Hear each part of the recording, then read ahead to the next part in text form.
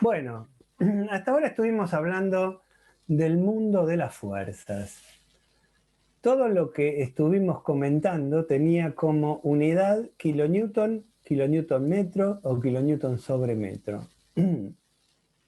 Vamos a abandonar por un tiempito, no demasiado largo, el mundo de las fuerzas para meternos en el mundo de los cuerpos. ¿Por qué? Porque no tiene sentido hablar de fuerzas si no hay un cuerpo sobre el que la fuerza actúa. Entonces, vamos a hablar de los cuerpos. Vamos a dibujar un cuerpo, por ejemplo, este cubito,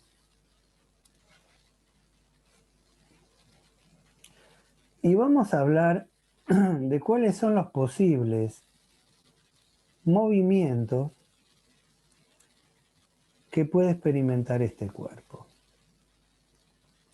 En el caso más general, este cuerpo va a poder experimentar una rototraslación, ¿sí? O sea, va a poder rotar en torno de tres ejes y va a poder trasladarse según las direcciones de esos tres ejes. ¿Qué quiere decir eso? En realidad, yo puedo tener una rototraslación que sea una combinación lineal de las tres componentes de traslación y de las tres componentes de rotación. Pero para hablar en forma, digamos, para poder analizar en forma más sencilla el mundo de los desplazamientos, vamos a referirnos directamente a los desplazamientos en torno o en relación a una determinada terna ortogonal. Entonces vamos a ver que el cuerpo se puede trasladar según X, se puede trasladar según Y, se puede trasladar según Z.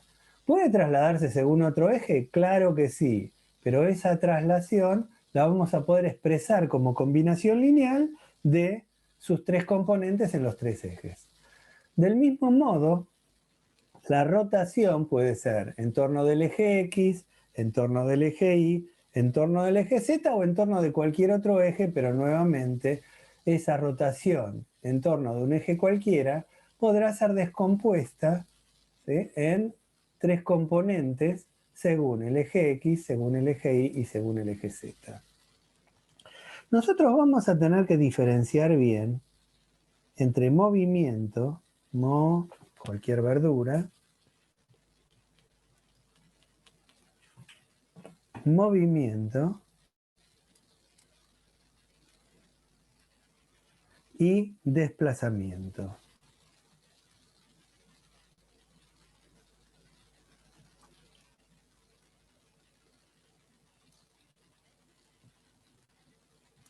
Cuando nosotros hablamos de movimiento, tenemos en cuenta varias cosas. Tenemos en cuenta dirección, tenemos en cuenta trayectoria, o sea, el movimiento tiene aparejada trayectoria,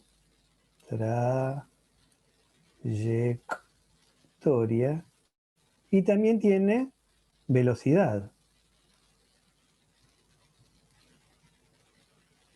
Ustedes habrán estudiado en física el movimiento circular, ahí estamos estudiando la trayectoria, han estudiado el movimiento uniforme o el movimiento, o sea, de aceleración cero, el movimiento variado, el movimiento oscilatorio armónico, digamos, todos movimientos de un cuerpo en los que tenían en cuenta tanto la trayectoria como la velocidad.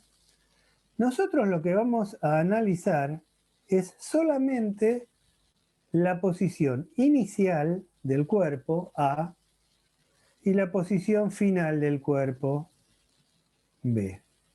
No nos va a importar cuánto tardó el cuerpo en llegar de A a B, no nos va a importar qué trayectoria siguió el cuerpo para llegar de A a B. O sea, le sacamos una foto al cuerpo en la posición A, le sacamos una foto al cuerpo en la posición B y ese desplazamiento lo vamos a poder representar por medio de un vector, el vector desplazamiento. ¿Bien? O sea que lo que vamos a hacer nosotros es estudiar parte del movimiento.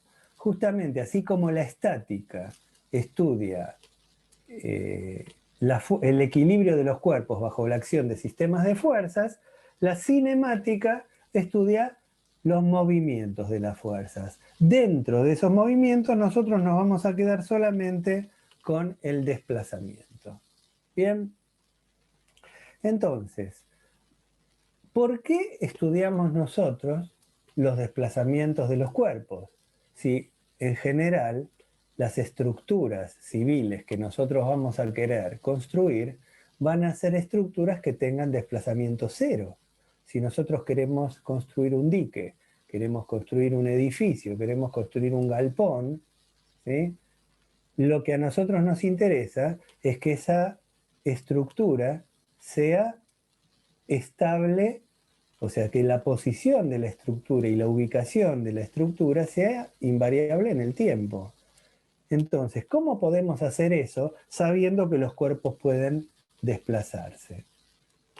Lo que vamos a tener que hacer es imponerle determinados dispositivos que van a restringir esa posibilidad que tienen los cuerpos de desplazarse. ¿Está bien? Entonces, en principio, ¿cuántas componentes de desplazamiento, de traslación, vamos a escribir desplazamiento, que lo vamos a ver por un lado como traslación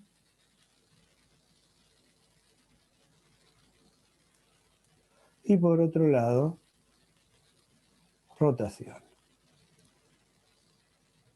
Dijimos hace un ratito y les pido que me contesten, ¿cuántas componentes de traslación independiente puede tener entonces un cuerpo en el espacio?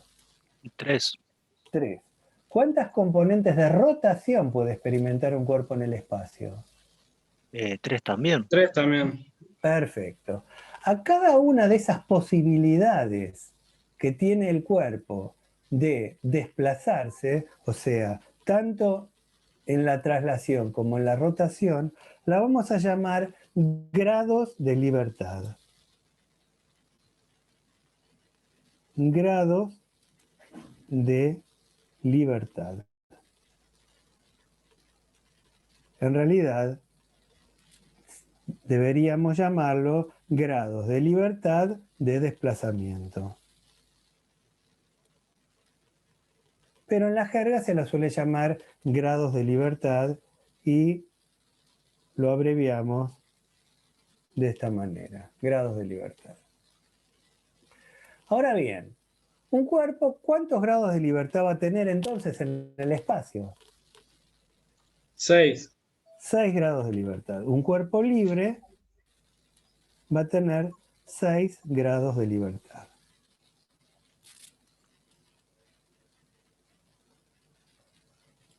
Quiere decir que si nosotros queremos que el cuerpo quede fijo, vamos a tener que imponerle dispositivos, restricciones, ¿sí?, que restrinjan justamente esos 6 grados de libertad.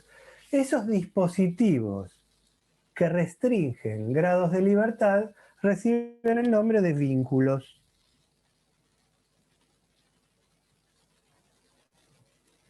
Entonces, un vínculo es una condición geométrica, es un dispositivo que restringe una determinada cantidad de grados de libertad. Por ejemplo, yo les pregunto, una puerta, como la puerta de la casa de ustedes, ¿cuántos grados de libertad tiene? 1. Cada uno. ¿No es verdad? Porque una puerta no puede trasladarse, o sea que perdió 3 grados de libertad, y solo puede rotar en torno al eje determinado por sus bisagras. Quiere decir que las bisagras para la puerta representan un vínculo que restringe 5 grados de libertad. La cantidad de grados de libertad que restringe un vínculo se llama especie del vínculo. Entonces, la bisagra es un vínculo de quinta especie. Vínculo de quinta especie.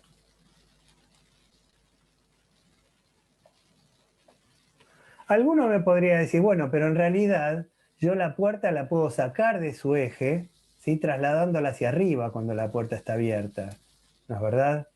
O sea que desde ese punto de vista, la bisagra sería un vínculo de cuarta especie. ¿Por qué? Porque la puerta puede rotar en torno de un eje vertical y además puede experimentar una traslación, ¿sí? En la dirección de ese eje vertical. Es otra manera de verlo. ¿Está bien? Hay bisagras que permiten ese corrimiento, esa traslación, y hay otras que no, que directamente se fijan, se atornillan y ya la puerta solo puede rotar.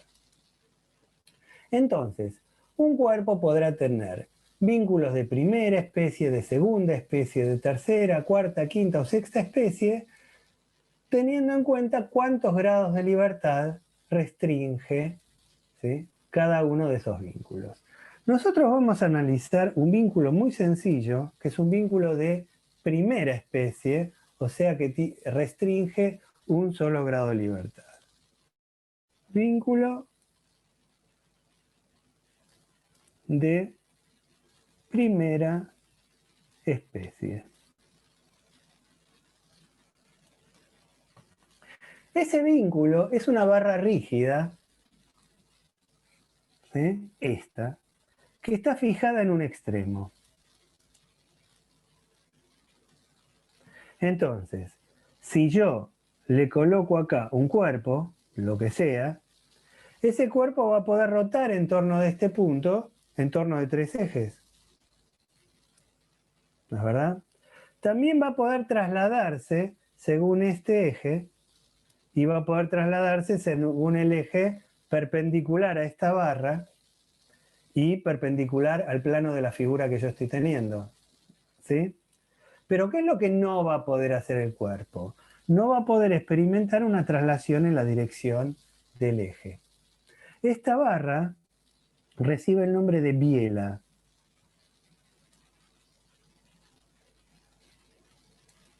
Y es el vínculo de primera especie por excelencia. ¿Está bien? Es una barra rígida. ¿Recuerdan ustedes que era un cuerpo rígido?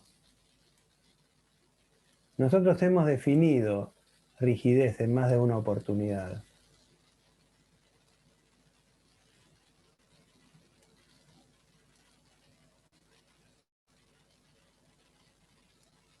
Pues no lo recuerdan. No se deforma. Un cuerpo Dos puntos de un rígido. cuerpo no cambian la distancia, ¿no? Exactamente. Sí, definimos que un cuerpo es rígido cuando dos puntos cualesquiera que yo elija no modifican su distancia. Por lo tanto, la distancia entre este punto que fijo y este punto no puede modificarse. Por lo tanto, cualquier cosa que yo le enganche acá no va a poder moverse en esta dirección porque variaría la longitud de la biela, ¿sí?, y eso generaría que la biela se alargue o se acorte, y eso está en contra de la hipótesis de rigidez. ¿Bien? Entonces, vimos que un cuerpo en el espacio tiene 6 grados de libertad. Quiere decir que para poder fijarlo, ¿cuántas bielas tendría yo que ponerle? Después vamos a ver cómo le pongo las bielas. Pero en principio, ¿cuántas tendría que ponerle? 6. 6 bielas. Si tiene 6 grados de libertad y cada biela restringe 1 grado de libertad, voy a tener que imponerle 6 bielas. Punto. Ahora no vamos a analizar un cuerpo, sino vamos a analizar un punto en el espacio. Pregunto, ¿cuántos grados de libertad tiene un punto en el espacio?